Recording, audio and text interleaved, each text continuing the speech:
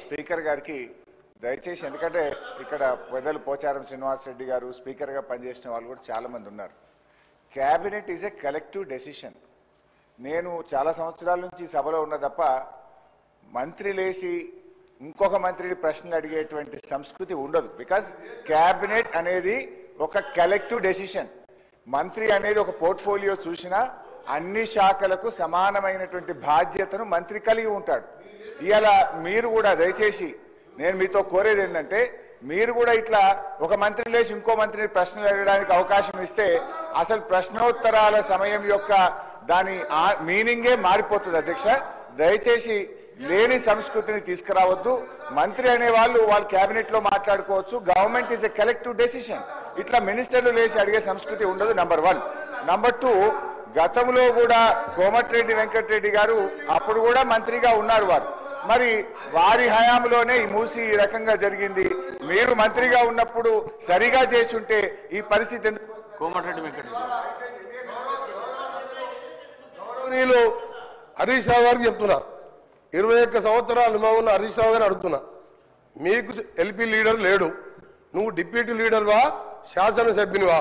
Question అవర్లో నిన్న కూడా నువ్వు బైక్ తీసుకున్నావు, మా స్పీకర్ మంచోళ్ళు కాబట్టి నీకు బైక్ ఇచ్చాను. నీ ఏ హోదాలు అడుగుతున్నావు? నువ్వు ఏ హోదాలు నువ్వు మాట్లాడుతున్నావు? నువ్వు ఏ హోదాలా? గౌరవ్ సార్ ఒక నిమిషం సార్, చాలా ఇంపార్టెంట్ ఇది ఫర్ ఎవర్. తెలంగాణ ప్రజలకు తెలవాలి సార్. తెలంగాణ ప్రజలకు తెలవాలి. తెలంగాణ ప్రజలకు ప్రతిపక్ష నాయకుడు సంవత్సర కాలంగా సభకు రాకపోవడం ఈ సభనే కాదు, తెలంగాణ ప్రజలని అవమానపరిచినట్టుగా ప్రజలందరూ అనుకుంటారు. అధ్యక్ష, ఈయన డిప్యూటీ లీడర్ సార్, ఈయన కార్యవర్గం ఏర్పాటు చేసినా ప్రతిసారి ఈయనకి ఎందుకు ఇస్తున్నాము అంటే మిమ్మల్ని అంటలేను, ఆయన అడిగే హక్కు లేదు, ఆయన మామూలు ఎమ్మెల్యే మాత్రమే. అందుకనే గౌరవ చెప్తున్నా, నా బాధతోని నల్గొండ ప్రజల కడుపులో ఆవేదన, ఫ్లోరైడ్ మూసి నీళ్లు చచ్చిపోతున్నారు సార్. మధ్యలో పేదవాళ్ళు, డబ్బున్న వాళ్ళు హైదరాబాద్కి వచ్చిండ్రు, డబ్బు లేని దళితులు గిరిజనులు నల్గొండలు చచ్చిపోతున్నారు. అంత కనికరం లేదు సార్ వీళ్ళకు. ఎస్ఎల్బిసి సొరంగం 70% పూర్తి చేశాం. ఇరిగేషన్ మినిస్టర్గా ఉండి ఒక్కసారి సొరంగం రాలే.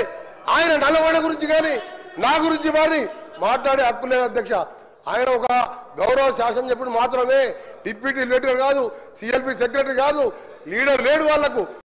అలా సార్ మాట్లాడేది.